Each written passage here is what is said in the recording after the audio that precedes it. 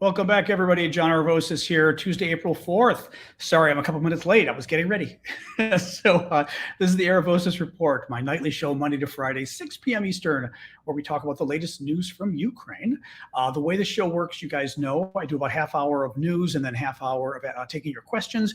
But to start with, we have to wait until folks arrive. Let me get TikTok rolling here on my iPad. And then for the YouTubers and everybody else, I'm going to wait, like I said, in about 2 minutes or so, because it takes a little bit of time once I go live for it to give the message out to folks that I am live. So if you're watching this recorded, feel free to jump ahead maybe 2 or 3 minutes. Otherwise, let me get tick. There we go. TikTok's on its way. Excellent. Anyway, welcome everybody.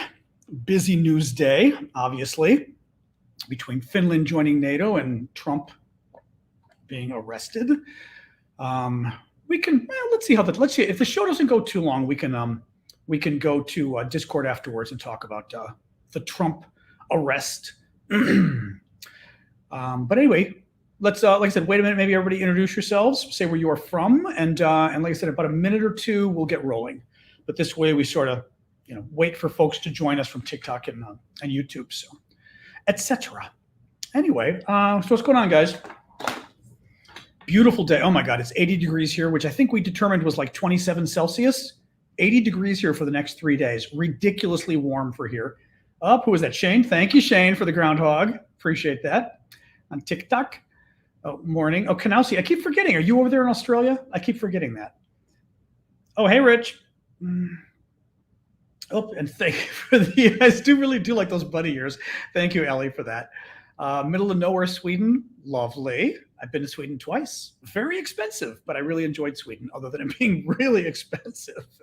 All right, guys, we got enough folks joining us now on TikTok and YouTube. Let me introduce myself and get rolling. I am John Aravosis. This is the Aravosis Report. It's my nightly show that I do Monday to Friday, 6 p.m. Eastern Time, U.S. Thank you, Bonnie, for the Easter eggs. And I cover the war in Ukraine. We talk about the latest news of the day.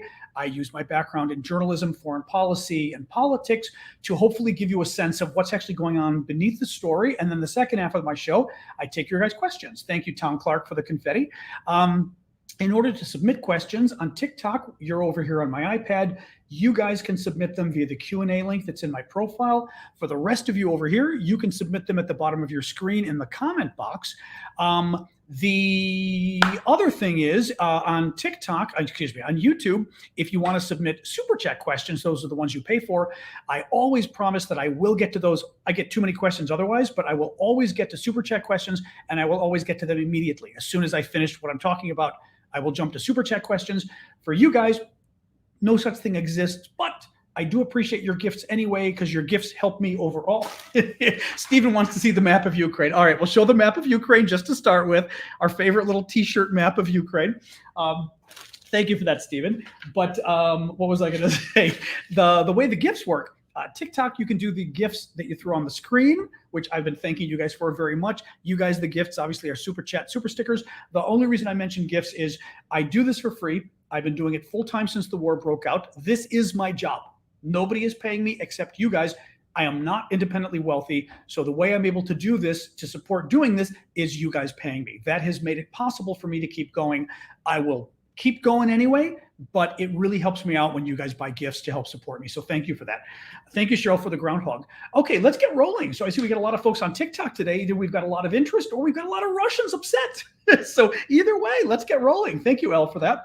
Who was that? Shane? Thank you, Dr. Shane, for the heart. So today is day 403 of Vladimir Putin's 10-day war in Ukraine. Supposed to be a 10-day invasion. Didn't go so well. Thank you, Pauline, for the hearts. And who else we got? Oh my God, Jonathan with the fire, and C. Baxter with the Easter eggs. The TikTokers are on fire today. I can tell this. This is going to be one of those days. Thank you, TikTokers. I do appreciate it. So the big story today, we'll start talking about this, but there's a lot of other news as well. The big story today is Finland joining NATO. You are correct, BX. So Finland is now a member of NATO. It is a done deal. They're a member. They are protected by the U.S. nuclear umbrella, also the French and the British one as well. It's over. Excellent news there. Thank you, Rachel and Metu for the confetti and Pauline for the hearts. This is great news. They held a ceremony at NATO headquarters today in Brussels. In front of the NATO headquarters, they've got 30. They had 30 flags for the 30 NATO countries, and they just put up a new flagpole that has the Finnish flag. They also held a meeting today in NATO with the foreign ministers, and the Finnish foreign minister. Oh, thank you for the rose there. I'm sorry. Oh, and Cheryl for the eggs. I don't want to miss folks here. In any case, they held the foreign minister meeting. It was great. The Finns were already sitting there, which was amazing. Thank you, Inspired Woman, for that. It was great. It was absolutely great. Now, real quick, Phil Jacobs looks like he may have meant to submit a question. Phil, if you did, feel free to put another comment that you don't pay for with your question. Otherwise, if that was a gift, thank you. But if you meant it as a question, please do enter your question there.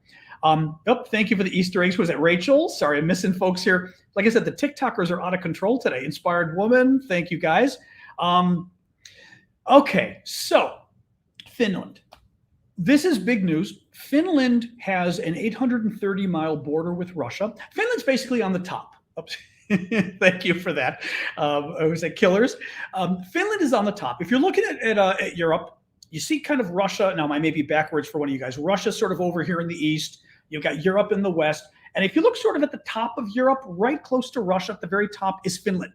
Then you get further down and you've got the Baltic states, Latvia, Lithuania, Estonia. You go further down, you've got Poland. Then you've got sort of Ukraine that way. Well, Finland, 830 miles of border with Russia. 1,200 miles, 1,200 kilometers, with Russia. It doubles the border we have that NATO has with Russia is now twice as long because of Finland. This is a huge addition to NATO. Thank you, Iggy Woman.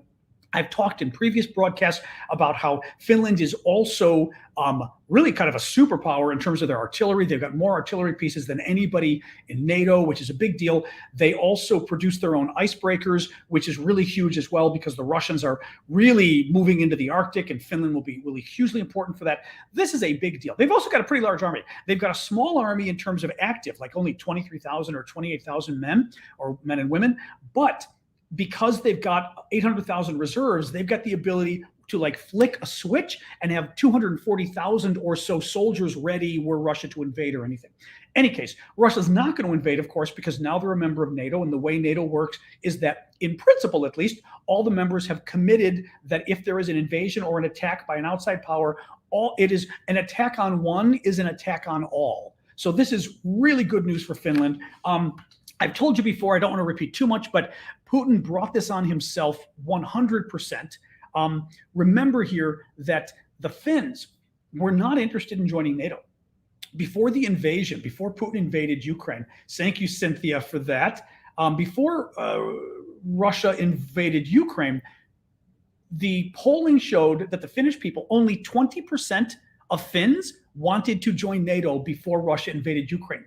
Once Russia invaded Ukraine, that support of 20% jumped to 80%. I mean, it was insane the way that the poll numbers changed. 100% of this is Vladimir Putin's fault. Now, the Russians, of course, not surprisingly, are flipping out. Their foreign minister, the defense minister today said that the Russians will take countermeasures to deal with this. And the foreign ministry put out a really angry statement threatening Finland or whatever. There's nothing the Russians can do. Basically, two reasons here. One, what are they going to do? Move troops to the Finnish border? Okay, so what? Finland's a member of NATO. It's annoying if the Russians move troops to the Finnish border, but if the Russians invade, we're going to attack them. And by the way, one thing to keep in mind too, which is really interesting, we often worry about the nuclear threat, I think, here in the West, and we let Putin freak us out about this. Thank you, Cynthia, for the Gamer Cat. We let Putin freak us out about this, right? He's got nukes, blah, blah, blah, blah, blah. Well, he's never going to, I'm sorry, and I may be even more extreme in saying this definitively. He's never going to use his nukes. The reason he's never going to use his nukes is that if he does, we will use our nukes and Russia will be destroyed. He knows it. This is the same reason that we will never use our nukes first against Russia. If we tried to launch an attack on Russia, they would attack us back and we'd all be dead. The same reason that we would not attack Russia with nukes is the same reason they would not attack us, because it's called mutual assured destruction in terms of nuclear theory. We all know we would destroy each other, so we can't use it. Thank you, Ellen, for the hat there. Now, what the nukes do, what nuclear weapons do effectively, is it stops other countries from attacking you. So it does effectively stop Russia from attacking us, and it does stop us from attacking Russia. Now, keep in mind, one added benefit Russia's had is, and again, I think Biden's done a great job, but he has pulled punches with respect to Russia. He's a little bit afraid of Putin. Thank you, Leanne, for the gift there. He's afraid of Putin. He's afraid of, he's said it. Oh, we don't want to escalate. We don't want to make Putin angry. We don't want World War III. We don't want war with Russia. He's telegraphed too much that he's afraid of pissing off Putin, and I think that's helped Putin. I don't think we should be as worried about this. And again, taking it back to NATO, if there's a nuclear war, everybody dies. That means NATO doesn't want nuclear war. It means Russia doesn't want nuclear war, right? So I don't think there's going to be a nuclear war. If it's a conventional war, meaning a war that uses weapons, everything else but nukes, chemical and biological. So put those out of the way. Weapons of mass destruction are aside.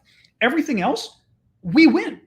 NATO is so much more powerful than Russia in terms of conventional weapons. So you've got nuclear on one hand that neither party is going to use because we'd kill each other. And on the conventional side, we would destroy Russia if we got into a conventional war. So what does that mean in terms of Finland? It means Russia is never going to dare touch Finland because Russia would be destroyed. This is a great advantage for Finland. As always, the Russians are bluffing. Thank you, Iggy, for the confetti. The Russians are bluffing, as always. And there's really not much they can do. So they've threatened a lot. They're pissed. And as I said, they should be pissed because it's their fault that Finland joined NATO. It's really, it's really remarkable. President Biden did say today, because the next question obviously is Sweden. President Biden did say today that he expects that Sweden will soon join NATO. Let's see. As you guys may recall, Finland and Sweden both changed from being more or less non-aligned, although they were non-aligned, friendly with NATO, friendly with the West, obviously, and a part of the West.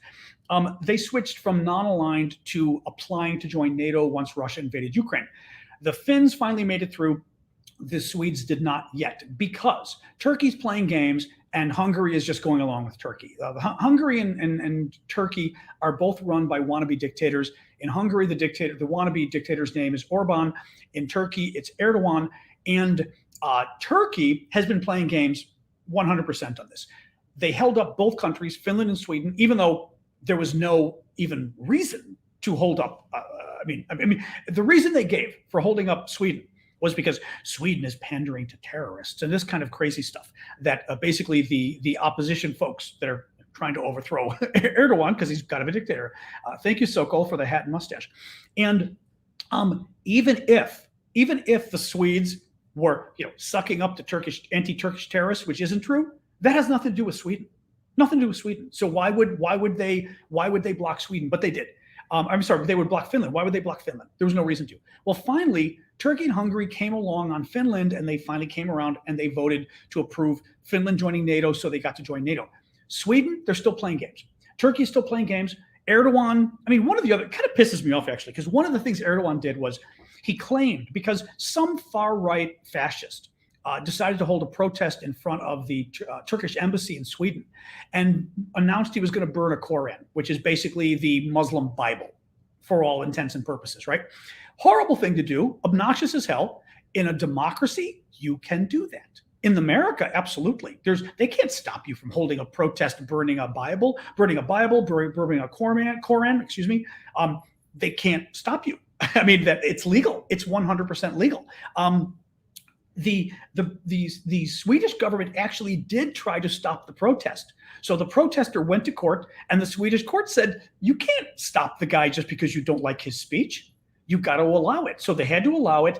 And the Turks turned around, Erdogan, and said, you have attacked our religion. We are never going to let you join NATO until you ban these kind of things. Now, the problem is Erdogan is a dictator.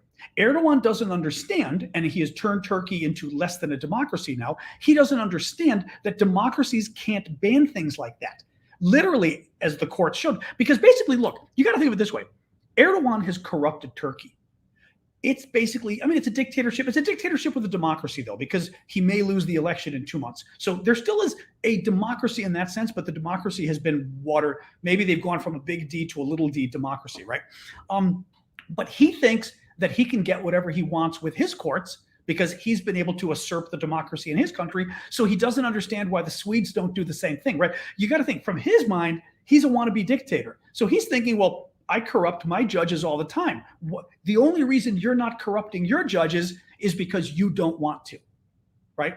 So in any case, thank you, Dankeschön, for Gus the Groundhog.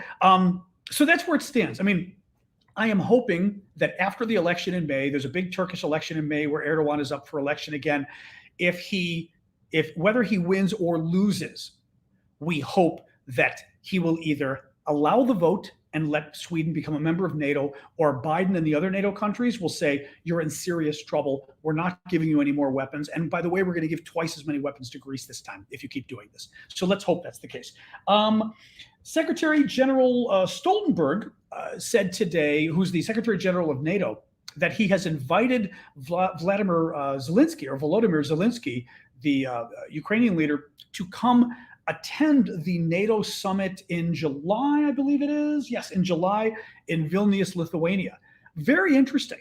Now, interestingly enough, it sounds like, from this story at least, it sounded like Zelensky approved.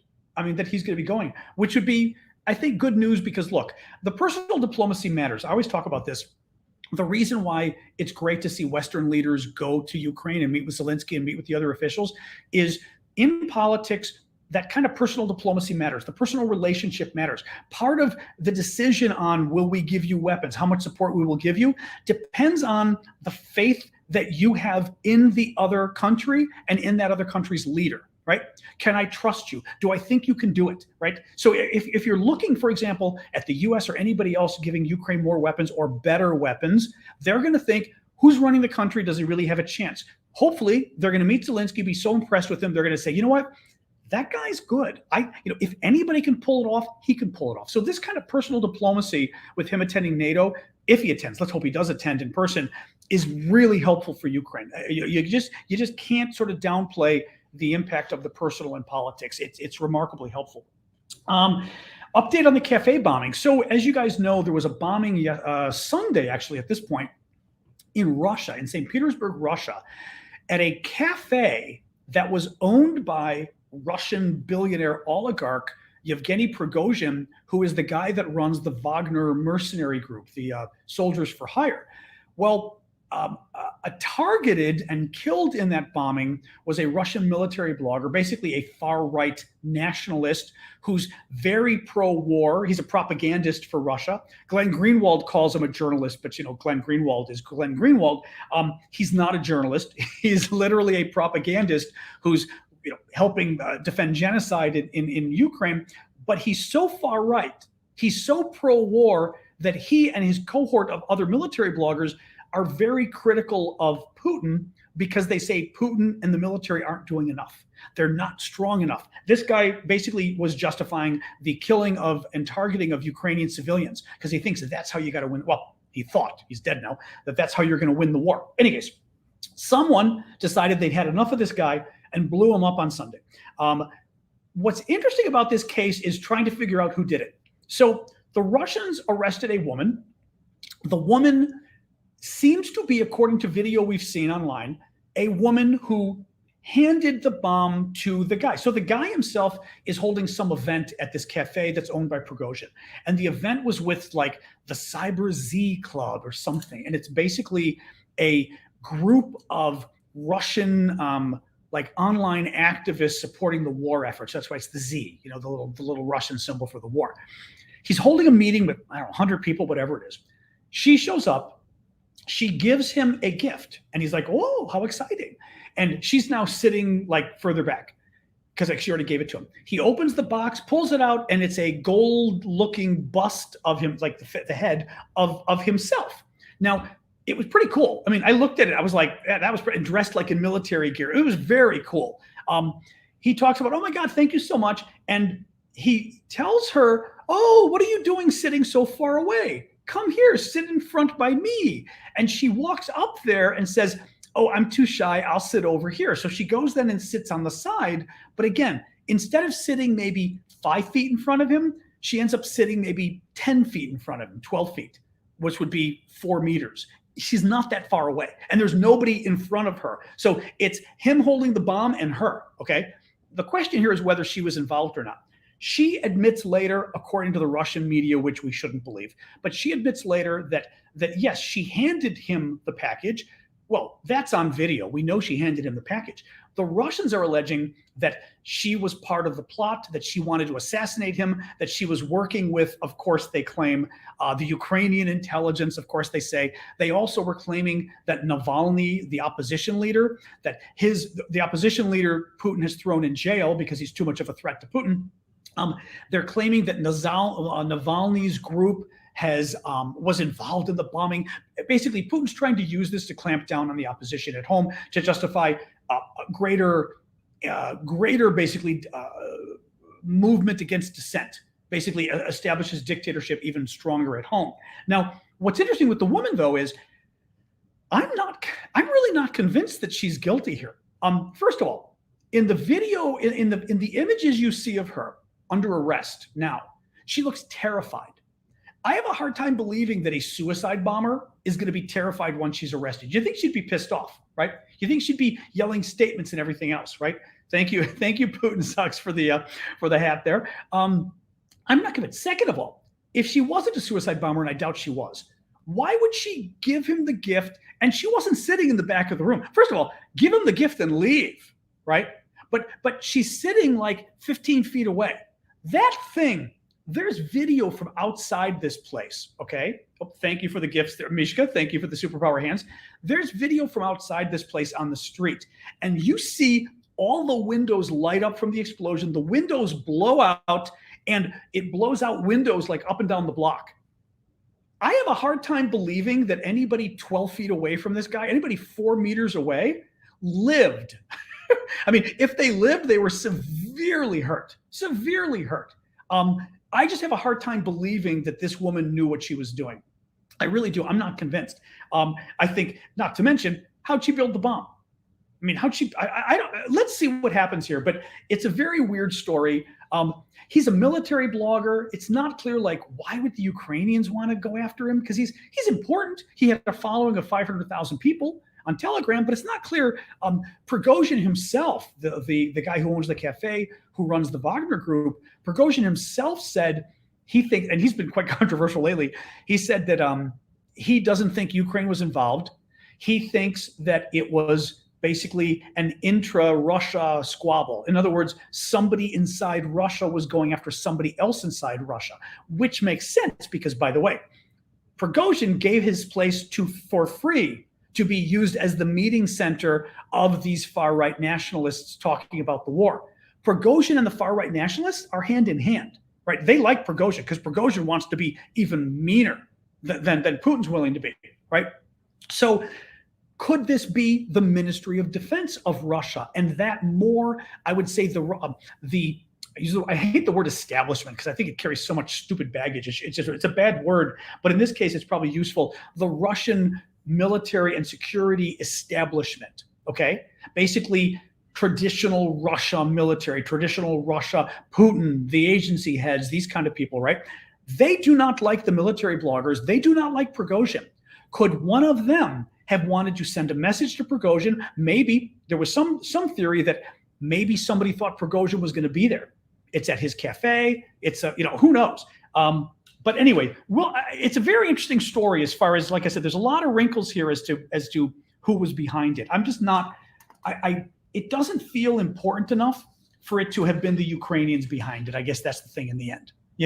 Why blow up a military blogger? Who cares? I mean, the thing is, right, if you're going to go to St. Petersburg, Russia, and blow stuff up, go for a big Russian official, right? Go for a Russian military building. I mean, like, you wouldn't blow up a military blogger. I just think it's too small. I guess my point is, even though he's influential, he's small. Somebody that small, to me, feels like a vendetta.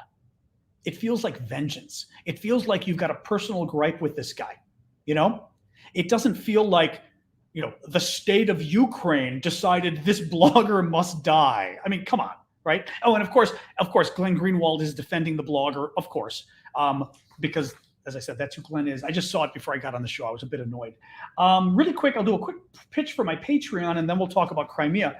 I do have Patreon set up. Please do check it out if you get a chance. Patreon is a really neat way to basically support people, creators, by giving them monthly contributions automatically. So you just sign up for $5, $10 a month, whatever, and it goes automatically every month until you cancel it out. It's really nice because it allows people like me to see at least a set amount of money, how much is coming in each month. Because, as I said, I do this for free. I've been doing it full time since the war broke out. No one is paying me other than you guys. So you guys literally help me pay my bills and keep doing this. And the Patreon helps a lot. I mean, the gifts here help a lot too. So please keep them coming too. I'm still making more money from you guys here with gifts than Patreon, but Patreon is still very helpful because, as I said, it's a set amount. And eventually, if I can get the Patreon big enough, then I also don't have to beg you guys for gifts every day. Then the gifts can just be fun. But in any case, do check out my Patreon. You guys on YouTube and elsewhere, you've got the link at the bottom of the screen, patreon.com/Aravosis. Hey, Sloan in Kyiv, nice to see you. For you guys, you can go to my bio, click the link on TikTok, and it takes you to my page of links, and you'll see the Patreon link. But please do check it out. As I said, it helps me out a lot, and if you would consider it, I would appreciate it. But please do keep the gifts coming anyway. I like those too. Washington Post. So I got asked about this, I think yesterday by Magical Photo, was mentioning the article in the Washington Post about the Russians really digging in Crimea. And I finally read the article last night. Really interesting. Good article from the Post. So Crimea is the territory in southern Ukraine at the bottom here. The Russians invaded, excuse me, I had a quick meal before eating, and it's finally, I ate so quickly. It's kind of like, whoo. The Russians invaded and stole Crimea in 2014. They consider it Russia. I mean, obviously it's not Russia, but they consider it Russia. It is the land that Putin really doesn't want to lose, but it's the land the Ukrainians really want back. I mean, that's like the big one, right? That they want back. The Washington Post did a really neat story. I mean, just very in depth. Thank you, Bonnie, for that. Looking at satellite imagery and showing how within the matter of like days, the Russians had built a lot of new defensive positions in Crimea. A lot of trenches, like basically in the ground to hide troops and everything. A lot of, they call them dragon's teeth. They're basically these, I don't know if they've got 3 sides, well, 4 sides, one on the bottom, but 3 sides sticking up in a point like this. They're like 4 feet tall, which would be maybe 3.3 1/3 meters, something like that.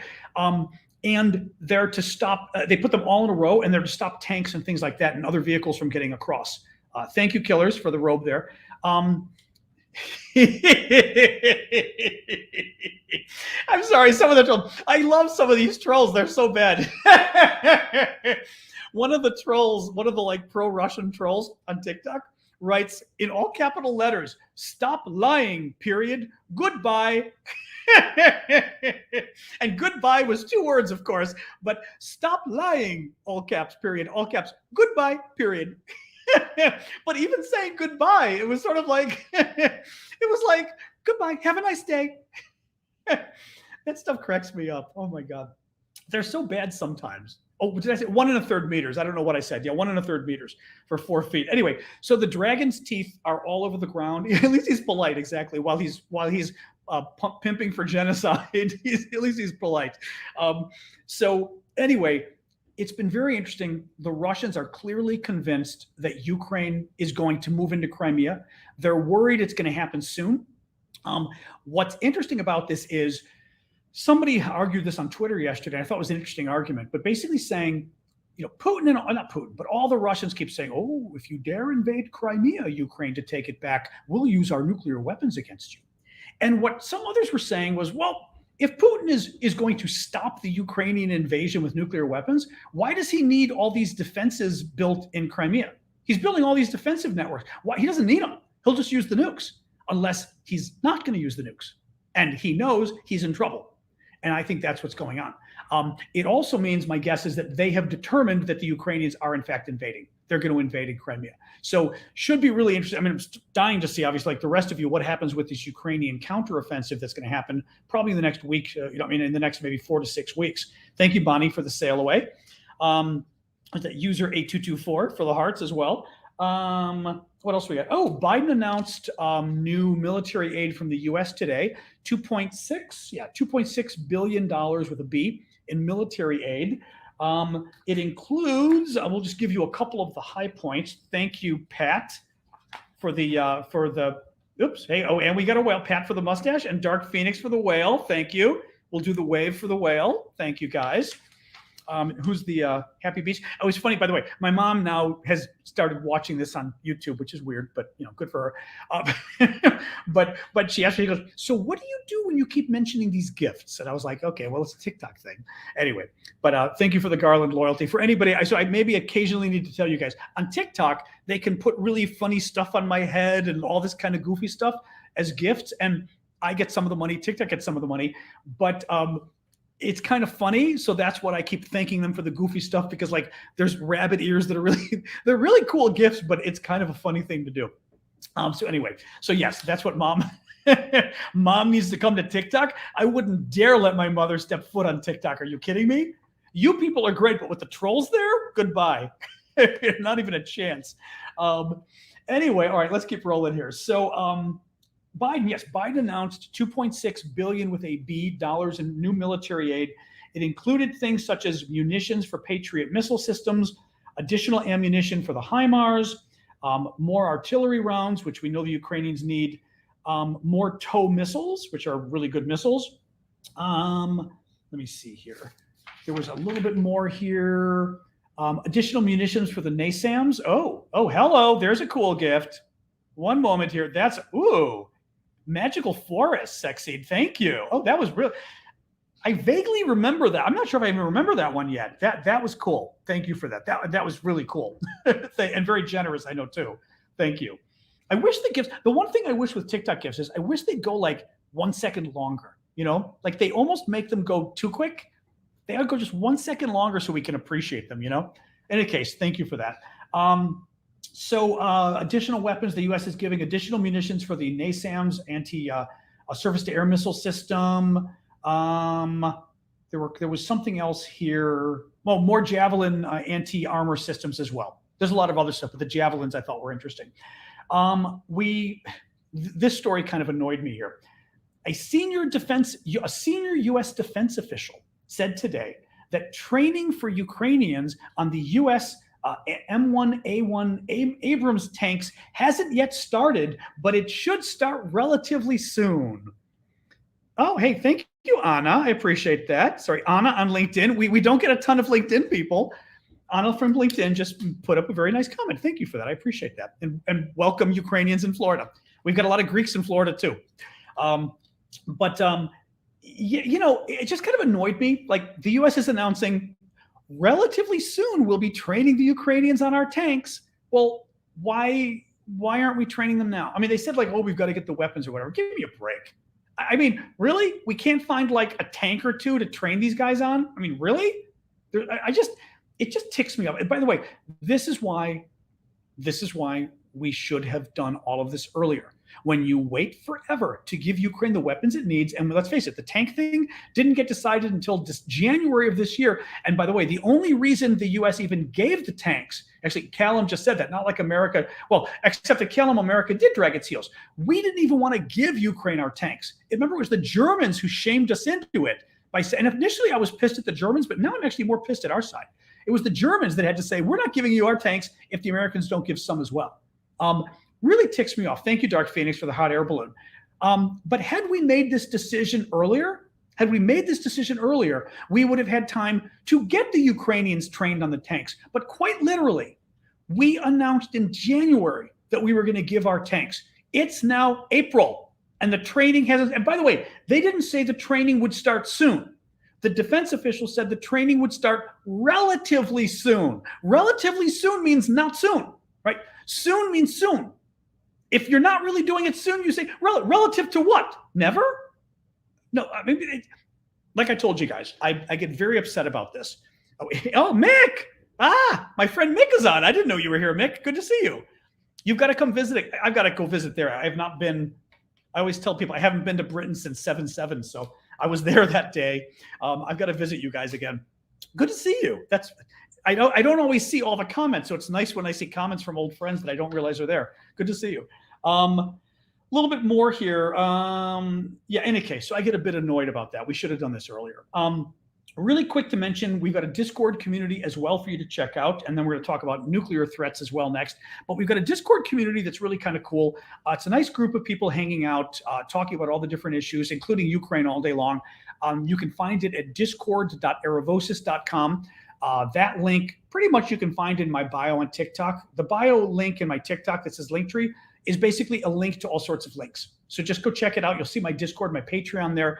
For you guys, just go to aravosis.com at the bottom of the screen. That's my link of links. You'll find my Discord. One of the cool things we do on Discord, we have a lot of different auctions for things, for Ukrainian things especially, and 50% of the auction revenues for everything Ukrainian gets channeled back into Ukraine. We've been currently channeling it back into buying camouflage nets for the Ukrainian military, but we've also done, we've helped buy Starlink internet, drones, humanitarian supplies for Ukrainian kids and others. So lots of different things. Half of the money, half of the proceeds go to support my work because I'm doing this full time. I'm doing it for free. So that's another way to support my work. But we've got a number of I got a new box from Ukraine today, by the way. We've got a number of really cool things I will show you briefly. This is not Ukrainian, but it's a piece of the Berlin Wall that I broke off in early December 1989. I'm auctioning that off. We've got, actually, I think there's only 1 or 2 days left for Patron. The really cool Patron t-shirt, who's the Ukrainian Jack Russell Terrier, who basically is a mine sniffer. He sniffs out mines and bombs. And he's been really famous in Ukraine, so it's a really cool shirt. But check out 2 new things that are very cool. I also got a sweatshirt devoted to the raccoon. This is the raccoon, and it says underneath, it's in Ukrainian and English, it says, "I'll be back." This is the raccoon that the Russians kidnapped. Remember, and it became a big story in Ukraine. The Russians, a few months back, are occupying the northern area of Kherson. The northern area of Kherson is basically, Kherson province is here, Kherson city is here, and the northern area is here right north of the river. Well, the Russians, there's a zoo there. The Russians have to evacuate because the Ukrainians are basically, kicking them out. They go to the zoo and they think the raccoon is cute, so they steal it. They stole an animal from the zoo and took it with them, and decided to make it a pet. Well, the Russians, of course, the same way they treat Ukrainian children, like, oh, we're saving them. All sorts of broadcasts in Russia about the cute animal who's been saved from the Ukrainians. I mean, really, so the Ukrainians made it kind of a cause célèbre for themselves, of just, I mean, it really is sort of a metaphor for the Russian invasion overall, right? I mean, stealing and pillaging, and then trying to present it as being like a gift to the world. So the raccoon is very famous. So anyway, it's a really cute sweatshirt for the raccoon. We're actually that, and the final thing, small but cute, is and I've got something to, you know what? I may even show you. So this is adorable. I love this. Ukrainian Christmas ornaments, and it's a fridge magnet on the back, which I love because if it's not Christmas, you put it on your fridge, and when it's Christmas, it goes on the tree. It's got the little thing, but it's this beautiful Ukrainian design of these 2 people in these little Ukrainian outfit, and it says Happy Holidays on the bottom. The YouTubers can see on TikTok, the color isn't showing as well. I think on YouTube, the color is really good. You can see the color. It's really adorable, but we're auctioning this off. And you know what? I'm going to show you now. I was going to put one more thing up for auction and I didn't do it yet. I'm probably going to do it tomorrow. I'm going to show you. I'm going back to the show in a minute, but I'm going to show you anyway because it's really freaking cool. And I wanted to put it up today, but I didn't have time before the show. Hold on. But all of these things are for auction. Some of them are in the public auction. The VIP auction is for the paying members. But let me show you the one other thing. It's totally cool. So the other thing, the worst part is I open these things and look at them and then I go, I don't want to sell this. I want this. Let's check this out. So this is This goes on the wall. Check this out. I mean, I'm going to turn it a little so you can see without the plastic. I'm not going to take the plastic off. This is the Russian warship Go F Yourself stamp done as a board. Again, I'm trying to sort of do it. It's harder on TikTok. The light's reflecting a little more, but I think you guys can tell. I mean, look at how big this thing is. It's fabulous. I love this thing. It's just so folks know, that's the Moskva. That is the ship that told the Ukrainian troops on Snake Island, that told them, you better surrender or we're going to kill you. And the Ukrainian guy got on the horn and said, Russian warship, go F yourself. Remember that? Hang on, put this over here now. Well, about 2 months later, hang on here. Oh, there we go. Around 2 or 3 months later, what do the Ukrainians do? They build their own cruise missile, their own torpedo kind of cruise missile, and they sink the same ship. That ship is the one the Ukrainians sank. I mean, really, I'm going to adjust this a little bit. Really amazing. I mean, the karma. So they commissioned a stamp of a wonderful drawing this woman did of a soldier sitting there like this, flipping the middle finger to the boat. And that's this beautiful drawing. I don't know the size of it, but that thing's going up either tonight or tomorrow. It's really cool. Anyways, all right, back to the news again. Back to the news. So the raccoon, I know the raccoon magnet. I don't think I've got the raccoon magnet yet. It's coming. All right, so back to the news. Anyway, so check out the Discord, discord.aravosis.com. It's free, but you can always become a paid subscriber as well to support my work and to join in the VIP auction, etc. Russia nuclear threat. So listen, this is important as far as listen to the language exactly that Russia used, okay? Listen to this. Listen to this. So Russia has provided Belarus with aircraft and Iskander-M missile complexes capable of delivering nuclear strikes, Russia's defense minister said. So let me tell you again. So Russia has provided basically aircraft and missiles that are capable of carrying nuclear weapons. They didn't say they provided them nuclear weapons. If they were providing them nuclear weapons, they would have said we provided them nuclear weapons. They said we gave them aircraft that can carry nukes, but they clearly don't have nukes, or Russia would have said so. Remember, I always tell you, A, Russia lies. I mean, this is the big aspect of their foreign policy is lying. And B, when it comes to nukes, I'm doing my A and B. That's very Europe. I'm not being very American. Americans would we do 1 and 2? I guess we would do 1 and 2. Yeah, that is American. No, 1 and 2. I forget now how we do it versus remember the guy in the movie got in the Glorious Bastards or whatever it was, got killed because he did it the American way versus the German way. Oh, because we say 2. We would say give me 2. And the Europeans, I think, would say give me 2. So remember, they got caught as being an American by doing that. In any case, the Russians will do everything short of using nukes to convince you they will use nukes.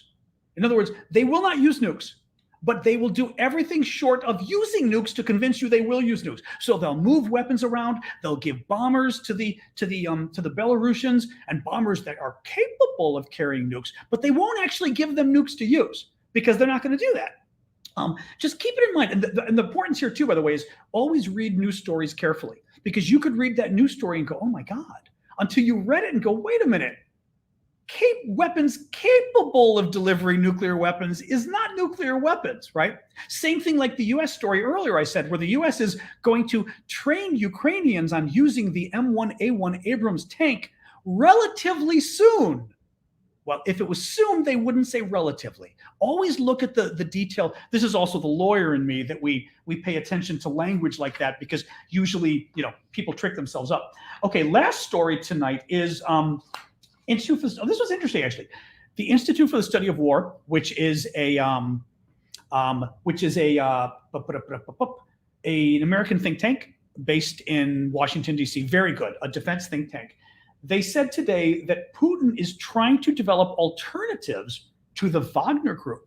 So the Wagner Group we talked about at the beginning of the show is this mercenary group, paid soldiers for hire, that's been very successful in Africa and the Middle East. And Putin was using them in Ukraine. Well, he fell out with Putin. He fell out with the military because basically the guy that runs it is an arrogant ass, Prigozhin, and was basically being a little too in your face to the military, and they got sick of him. And now they tried to kill his soldiers. Basically, sorry, my nose is itching. They cut off ammunition to Prigozhin's troops.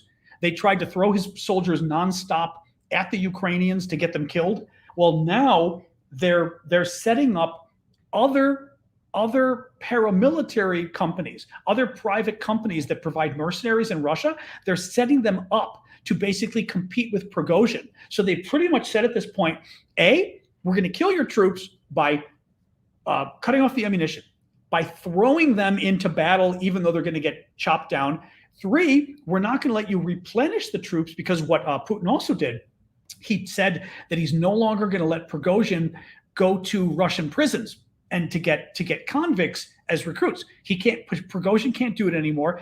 And finally, we're going to create other groups that can do it, which is really starting very interesting what's going on with this. I don't know if there's anything else here. Nothing else more with that, but it's just the ongoing battle with Wagner and Prigozhin is really interesting. And again, and as Chris QT is saying, and they blow up his cafe or whatever it was. See, and that's actually, this takes us back to the cafe story at the beginning. Thank you, Chris, because it's a good point to link it together. This is one more reason why it makes me suspicious as to who really blew up that cafe in Russia, because the cafe was owned by Prigozhin, who's this guy that they hate, who they're trying to destroy entirely. They can't kill him directly. For some reason, he's got enough of a base of followers that they seem to not want to kill him directly, but they want to destroy his business. And now they blow up a cafe of his. I mean, I think they blew up the cafe. I mean, there's a very good chance they blew up the cafe. We'll put it that way. All right, guys. So, sip of water, and let's do questions. So, I will, on TikTok, the questions are in the Q&A link in my profile. Go check that out. For YouTube, itchy. For YouTube, obviously, and everyone else, you can put the questions at the bottom. Please do consider the super chat questions, as I said, and the super stickers. I appreciate the gifts, and keep the gifts coming there. The cafe is losing, dude. Yeah, exactly what's going on. All right, TikTok. Let me pull up a question in my Q&A link. Oops, get my glasses here. I know NATO should hire the mercenaries. We were talking about that. I know. That would be funny. Oh, that's interesting.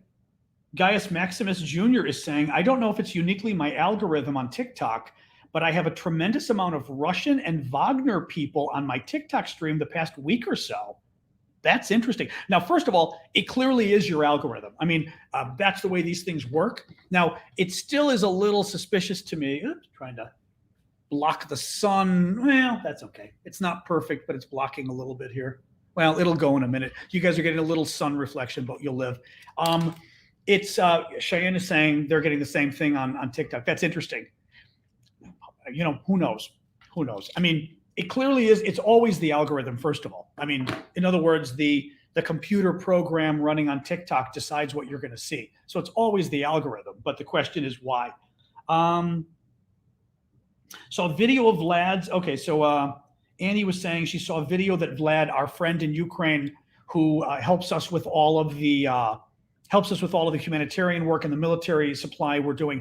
Vlad's our counterpart in Ukraine. That basically, all of your, not all, but many of your contributions for the projects we've worked on have gone through Vlad in Ukraine, because he's the one working with the groups where we've been with the military folks, the camouflage nets, the nonprofit, the charity, etc. Thank you, Tara, for that.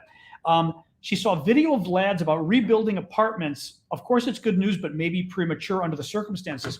The problem, I think, is that people need a place to live, and you don't know how long the war is going to be. So what do? You've got to keep rebuilding. The other thing is, I wonder, Annie, where it was, because, for example, if they're rebuilding buildings in safer areas, right? I mean, if they're rebuilding buildings at the front, that could be a problem. If they're rebuilding buildings like, for example, Vlad's in southwestern Ukraine, where it's pretty safe. If they're rebuilding them in safer areas, that would be a better idea. But what do?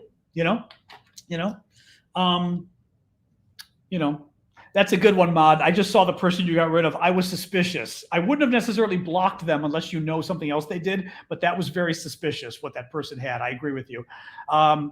Bunny ears. Thank you, Nurse Boyer, for the bunny ears. Beep, beep, beep, beep. Hang on. What do you guys? I always laugh at the YouTube folks because they're always chatting about God knows what.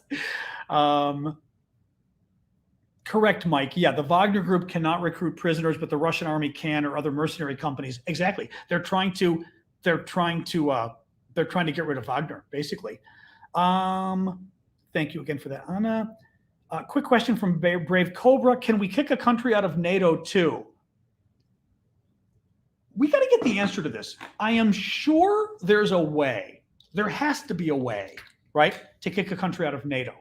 But my guess is it may have to be unanimous. Other than does anybody know? There's got to be a way. I mean, legally it had to be, but I'll bet you it has to be unanimous. Other than the country itself, of course, would be my guess. Thank you, Bonnie, for the pearls. Now, there's other things you can do. You can just stop giving them weapons. I mean, I don't know about Hungary, but Turkey relies on the U.S. for a lot. Now, Turkey relies on Russia too, but good luck with that. Turkey relies on the U.S. for a lot of weapons. The U.S. can just stop selling them weapons, at the same time selling it to Turkey's rival Greece, which will not make the Turks very happy. So there are ways that you can go around messing around with them. Okay, Krister Martinez is saying what I heard somebody else say before. There's no mechanism to remove a member from NATO. That just boggles my mind. Oh, very cool TikTok dog, Corey. Cooper flies home. Thank you, Celtic, for Cooper. That was sweet of you. And Bonnie for the love focus. It just seems crazy to me. Thank you, DJs. It just seems crazy to me that there's no way to remove a country. I mean, why would you not build that in? No, I agree with you. I mean, Steve is saying Turkey is NATO's most strategic country. In the end, I don't think we'd want to remove Turkey because it is too important. I mean, being a Muslim country makes it interesting as far as us dealing with the Middle East, perhaps. Its location is super strategic. I mean, it's jutting out into the Middle East. Turkey is touching, I forget if they touch Lebanon or not, but they're touching Syria, they're touching Iraq. I mean, it's really importantly placed there. Very helpful to have it be a NATO country. So, but I think they certainly need their wrist slapped or their face slapped very harshly in terms of coming around on this Sweden thing. That's interesting. Yeah, that's crazy. It seems so crazy that there isn't a way to remove somebody. Stephen, no question. Take it easy. Okay. Hey, Stephen, thank you for that. Appreciate that. Let's see.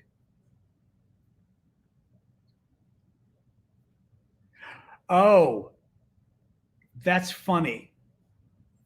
That's funny. I knew about. Sorry, I'm saying Jingle is putting up a story about Trump. I'm forgetting. I know of that story. I knew of that story years ago, actually, because I knew somebody who knew somebody, but didn't have proof, so didn't do anything with it. But I know of that story. Yes. Let me see here really quick. Okay, let me look for more TikTok stuff. Put more questions up on YouTube as well, guys, or the rest of you there. Find more TikTok. I don't know, maybe. I mean, user 2153 is saying, have you seen, whenever I read that, I think of species 8472.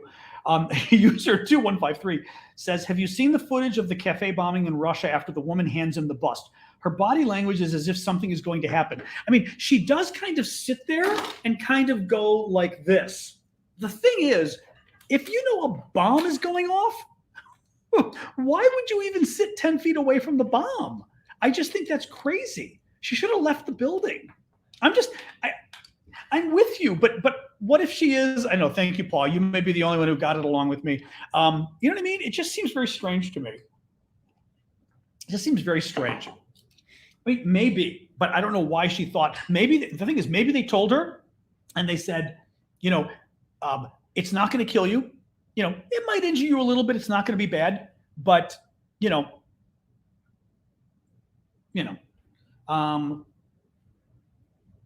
anyway. Yeah, Jingle. Heard that story many years ago. We'll put it that way. But I couldn't prove it, even though it came from an interesting source. I couldn't prove it. So I was not willing to run with. I will say this: I'm careful about what stories I run with. It's a rumor about Trump doing more bad things. But as I said, I heard it probably 4 years ago, 5 maybe even, and I just, I do not run with. I'm careful about stories like that anyway. Yeah. So, let me see here. More news or more questions. Could a Russian soldier defect in Ukraine and blend in? Well, okay, this is a question for Ukrainians. I guess there's a couple questions there. Generally speaking, what you're really asking is, can a Russian blend in Ukraine and have the Ukrainians not know? I mean, for those of you in Ukraine, for example, you share so much of a border with Russia. If I'm a Ukrainian in Kharkiv and you're a Russian in Belgorod, mind you, Ukrainians in Kharkiv speak Russian. Is the accent that different from the Ukrainians in Kharkiv and the Russians in Belgorod, for example? I'm just curious. I know we had some Ukrainians on earlier. I'm sure some of you are here. Yeah, but not the publicity. I'm curious about the speaking. For example, could they send in sleeper agents and try to hide? No, I'm not sure what no means, Nadia. No what? They couldn't, are you guys saying they couldn't blend in? Somebody just mentioned, Eliza said Canadians. We have a very difficult time identifying Canadians. They've got certain words that some of them say that are different, but I had a friend who's from years, a very good friend of mine, had no idea he was Canadian. He literally mentioned he was Canadian. I was like, what do you mean you're Canadian? Like, you're not Canadian. The accent would be noticeably different. Interesting. But again, even across the border. See, that's my thing. Okay, that's what Nadia's saying. See, that's my point. Like, if you're talking Kharkiv on one side of the border and Belgorod on the other side of the border, right? Tell me those people don't speak Russian the same way. But would you know the Russian was a Russian? And would you know the Ukrainian was a Ukrainian hearing them speak? Or would they have the same accent? That's my question. Sorry, just looking really quick at what people are saying. Well, you can fake an accent too, but that's why I'm just curious. There are differences. Okay. Well, there's differences, although as Callum said, you also could try to fake the accent. I mean, that's it. Well, and again, Jake, my point is literally across the border. That's the question I've got. Yeah. Interesting. Okay. All right. Well, that's interesting. All right. Well, that's good to hear at least. See, now Anna, who's a Ukrainian in Florida, says not any difference between the Kharkiv Russian language and Belgorod's Russian language. Well, and again, Anna, my question isn't just the language, it's the accent, the way they're speaking. Whether you would hear the accent and go, hey, is that a Russian accent versus a Ukrainian accent? Anyway, just curious. But as Callum said too, if somebody were really trying to fit in, they could train and be careful to use the right accent that makes them sound Ukrainian or whatever,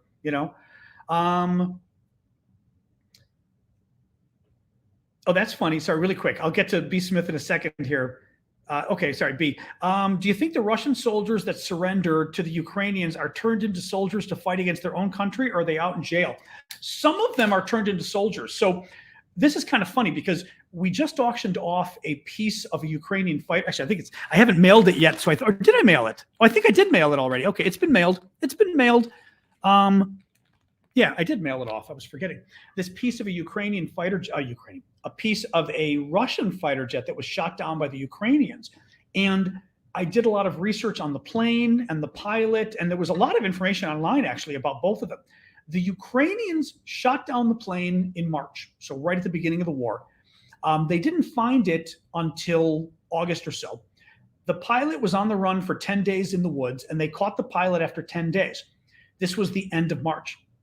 In early April, there's a story in the Ukrainian press claiming that the pilot has now joined a brigade of Russians who are working for the Ukrainian military, and they formed like a group in the military of Russians fighting for Ukraine. Whether that's misinformation, I don't know, right? I mean, I read it and went, maybe. Now, this guy, because he also has a very big presence on social media, the pilot of the plane that went down, he's got a 3-year-old daughter at the time, maybe 4 years old now, a wife. Is he really going to betray his country and work for Ukraine? You know, when he's never going to be able to see his family again? I don't know. It kind of made me wonder, too, whether Ukraine wasn't trying to put pressure on him and basically said, well, here's the article. They think you're a traitor anyway, right?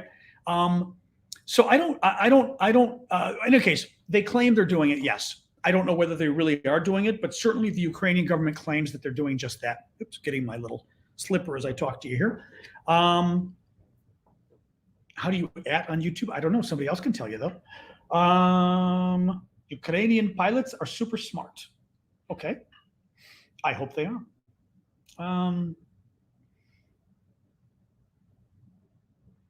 I doubt there's a civil war happening in Russia, but I mean, all these explosions in Russia and the Wagner leader argument with Putin, him fighting with Putin, could we be seeing the start of a civil war?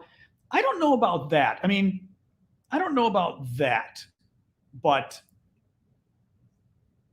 yeah, I mean, I don't think we're there yet. I mean, I think any kind of dissent at home is good. You know, if in fact the bombing, I think it is certainly better for us if well, in some ways it's better if the bombing at the cafe in Russia was Russians fighting Russians, because anything like that keeps Putin busy, keeps him off his game. It's risky, etc. So, you know, why not? Oh,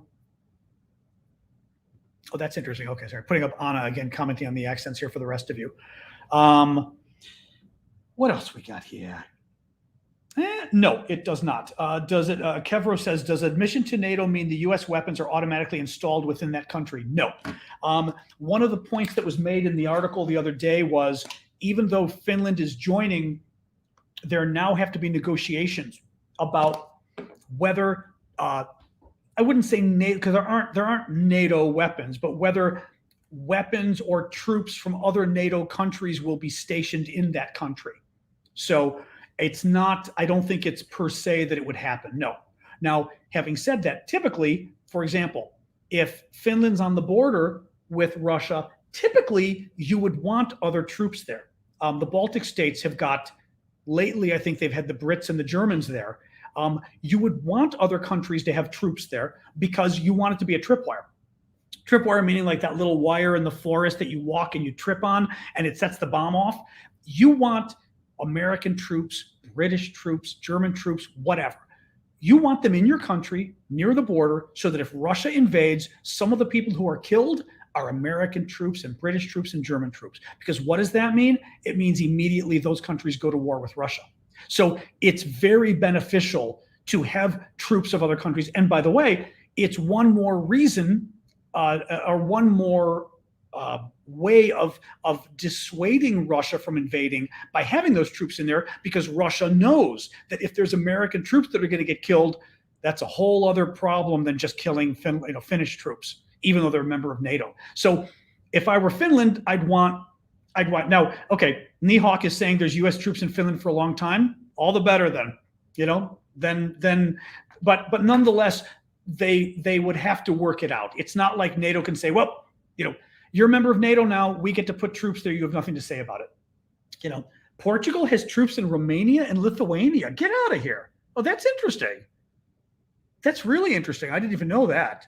Very interesting. Training. Okay, interesting.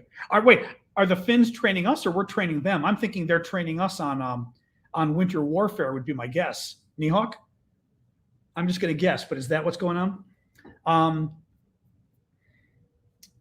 What else we got? I'll take another couple questions and then we can move over to the Discord and talk about Trump. Both? Okay, interesting. Okay.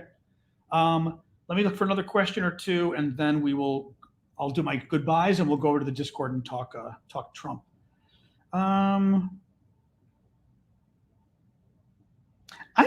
Okay, I'll end with this question. Yeah, this question because it's a good question. Brits are in Estonia. I think it's the Brits and the Germans.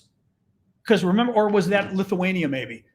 They were sort of trading. Remember, because the Russians came and were fooling around, so they've got both of the planes following them, the Brits and the Germans, because they were trading off who was helping out. So Aproko says, if Ukraine successfully cuts the South in half in the Zaporizhia Oblast, do you think Putin will declare full war or end the aggression? So in Estonia, okay. So what they're talking about is one of the possibilities for the big offensive, the counteroffensive the Ukrainians are going to do.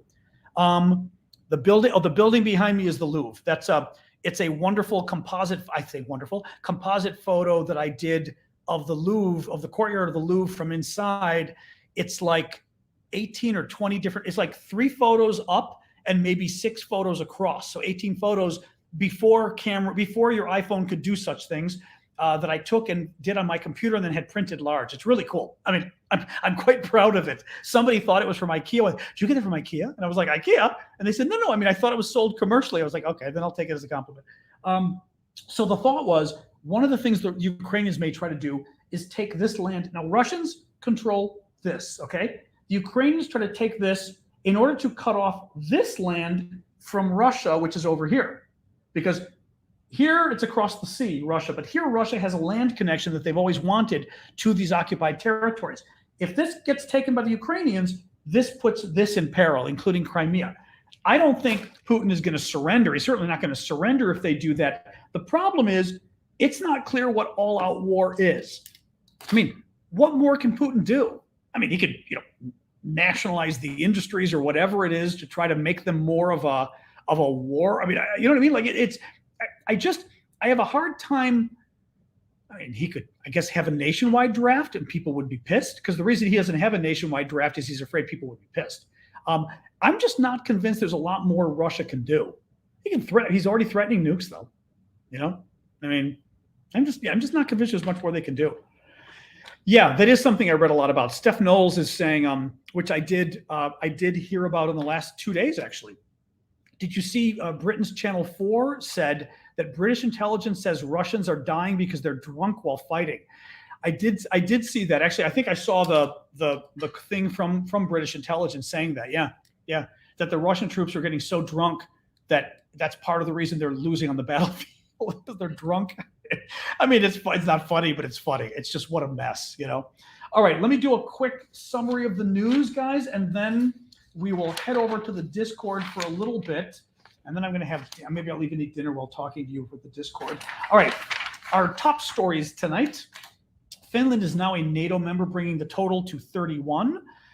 Per CNN, NATO Secretary General says that Zelensky has been invited to the NATO summit in Vilnius, Lithuania in July. I updated you on the cafe bombing, lots of little details there. I mean, not much, really hard to summarize, but on the bombing of the Russian cafe on Sunday. Washington Post says that Russia has built dozens of trenches in Crimea, preparing for Ukrainian invasion, or I should say invasion, but thank you, Dancing Cactus. When I say invasion, I mean Ukraine invading to take its own territory back. Let's be clear. They're not invading, but you know what I mean. Biden announced a new $2.6 billion in military aid. The U.S. says training for Ukrainians on U.S. M1A1 Abrams tanks has not started yet, but it should start relatively soon, whatever that means. The Russians are threatening, the Russians said they provided nuclear-capable aircraft and missiles to Belarus, but again, nuclear-capable doesn't mean anything. Did they provide nukes? No. So who cares? Institute for the Study of War says Putin is trying to develop alternatives to the Wagner Group. Not good for Wagner. Oh, and that's it. And let me pull up a quick question from Octavio. How much damage would a second Trump presidency do to the war effort? A lot. And I mean, I don't say that facetiously. Trump is an enemy of Ukraine. He is an ally of Putin. For whatever reason, we don't know why. Trump has always, and I don't say this, again, politically at all, because I try not to get into politics in my show here as far as right and left. But Trump, I'm not going to pull punches on that one. He's rooting for Putin. I mean, we saw that at the Helsinki summit that Trump had with Putin back in 2018 or so. And Trump came out and said that he believed Putin. He didn't believe our own intelligence services. His own intelligence services who told him that Russia interfered in the 2016 election. He said, Putin said he didn't. I see no reason not to believe him. Trump hates Ukraine. You got to remember, Trump tried to get Zelensky to help him in the 2020 election. Trump went to Zelensky and said, I want you to find me dirt about Biden. And remember, I'd like you to do me a favor, though, saying that he wasn't going to give Zelensky the weapons that they needed to defend against the Russians if Zelensky didn't help throw the American election. He is not thrilled. And then that blew up and became one of the impeachments. Trump is no fan of, and again, Trump is a super fan of Putin and no fan of Zelensky. Trump gets elected. I think he is going to attempt to at least, he will try to stop U.S. support for Ukraine entirely. And actually, I don't know. I don't know what would happen if the president said no, but Congress passed the money anyway, whether the money could go abroad. I don't know how that would work, but it would be difficult. He would have a lot of sway with his own party, so he might be able to convince his own party to stop funding it in Congress. He, by the way, might, Trump was not a fan of NATO. Trump had talked about dismantling NATO. He still could. Also, if I were Russia, if Russia were to invade a NATO country, I would have no confidence that Trump would defend that NATO country, that he would abide by Article 5 of the NATO Charter. So it would be a huge issue all around. But yeah, I think he would he would certainly attempt to shut down all U.S. support, and he would do everything he could to help Putin. And he would abandon NATO. It would be very bad. Yes. DeSantis, we don't know, because DeSantis has now waffled so many times on Putin and Ukraine. We don't know where he stands. And what worries me about DeSantis is he's waffled so many. I mean, in just the last couple of weeks, he waffled like 3 or 4 times. He doesn't have any conviction, it seems, with regards to Putin or Ukraine. He literally changed his mind 1 week to the next for 4 weeks in a row. That worries me. Nikki Haley, very strong on defending Ukraine. Mike Pompeo, Pompeo actually was in Ukraine today, I think. Mike Pompeo, who is Trump's Secretary of State, he's running for president as well. He very strong on defending Ukraine, very strong on standing up to Putin. So it depends. But the other two, very good. DeSantis, all over the place. Trump, horrific. All right, that's it for the news, guys. Let's go to Discord. We can hang out a little bit on the Discord and talk about the Trump. All right, Octavio's got another question. We'll do another Octavio question. And then after that, we'll go to Discord and hang out and talk about Trump's arrest and the initial court appearance today. Let me find my glass. Well, I think I can see that. Could NATO countries continue to support Ukraine without the backing of the U.S.? Yes, because it doesn't have to be NATO. I mean, any country in Europe can just help if they want, right? Poland can keep helping Ukraine. Britain can keep helping Ukraine. I mean, I think you would see an effort if the other. Now, mind you, the problem becomes, would the other countries hang in there? I suspect that Biden was very helpful in pulling Europe together, in trying to cajole, at least initially. I think Germany was being a little funky. Germany's being very good now, but Germany was being a little funky, maybe not after the beginning, but a little bit after the beginning. France as well, right? A little funky. Thank you, Annie. I think Biden did a good job of pulling everybody together.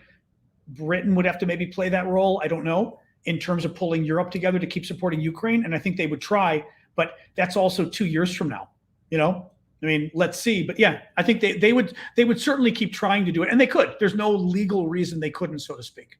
All right, guys, thank you so much. I am going to I'm going to get my food and head over to Discord, and then we will talk a little bit more on Discord. When you go over there, once you click the README and everything, go all the way to the bottom left, and you will see a discussion that says John's After Party at the bottom in the voice channels. All right, come join us. Thank you, mods. Thank you guys for the gifts and everything. And I will see you guys tomorrow night. All right, 6 p.m. Eastern time, US tomorrow. Otherwise, go over to the Discord. All right, see you guys tomorrow. You guys, bye. All right, I got to get some food.